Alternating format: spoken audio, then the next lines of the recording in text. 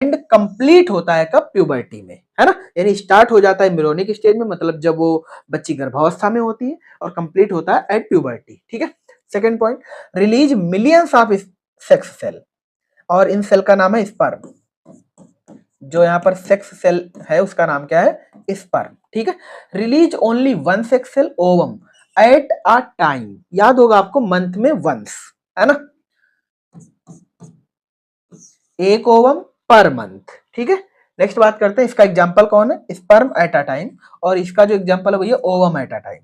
Meiosis produce equal cells, यानी जो अर्धसूत्री विभाजन के थ्रू कोशिकाएं बनती हैं वो इक्वल बनती है। यहां पर देखते हैं, मियोसिस प्रोड्यूस अनइक्वल सेल, है ना। आपको याद होगा उसके साथ एक पोलर बॉडी लगी रहती है जो कि अनइक्वल को शो करती है।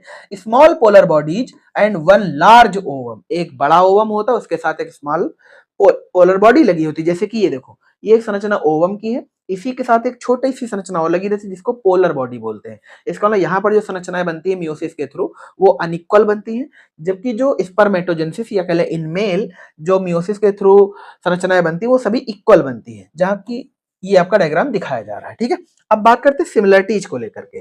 तो इनका जो निर्माण होता है वो किस विभाजन के थ्रू होता है? फॉर्म्ड बाय मियोसिस, मतलब अर्धसूत्री विभाजन के दौरान। और ये भी संरचनाएं कब बनती है? Formed by meiosis. Second, gametes released after puberty, यहां भी सेम पॉइंट है, गैमेट्स रिलीज आफ्टर प्यूबर्टी। ये बिगिंस तो हो जाती है एम्ब्रियोनिक स्टेज में, पर भैया गैमेट्स रिलीज कब होता है? आफ्टर प्यूबर्टी, है ना। आफ्टर प्यूबर्टी में इनकी उम्र फिर से याद दिला देते हैं। जो मेल के लिए उम्र थी वो भैया आप लिख लीजिए 12 से 16 कह सकते हो, हालांकि अलग अलग किताबों में अलग अलग होता है।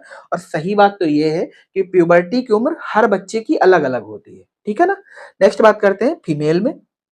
फीमेल में ये उम्र आप लिख लीजिएगा 10 से 12 ईयर, 10 से 12 साल, ठीक है ना। किसी किसी में इससे ज्यादा भी हो सकता है और किसी में स्टार्टिंग भी इससे कम हो सकती है, ठीक। तो इसमें कोई आफत वाली बात नहीं है, एक एवरेज आंकड़े आप सभी को याद रखने हैं। चलिए, सिंपल कहें तो पुरुषों में प्यूबर्टी लेट शुरू होती है और वहीं स्त्रियों में प्यूबर्टी पहले शुरू हो जाती है, मतलब वो जनन के योग पहले हो सकती है और पुरुष जनन के योग्य बाद में हो सकते हैं। यही कारण है कि शादियों की जो उम्र है वो लड़कियों की कम और लड़कों की ज्यादा रखी जाती है, ठीक है। डिड यू नो, क्या आप जानते हैं? कुछ पॉइंट दे रखे हैं।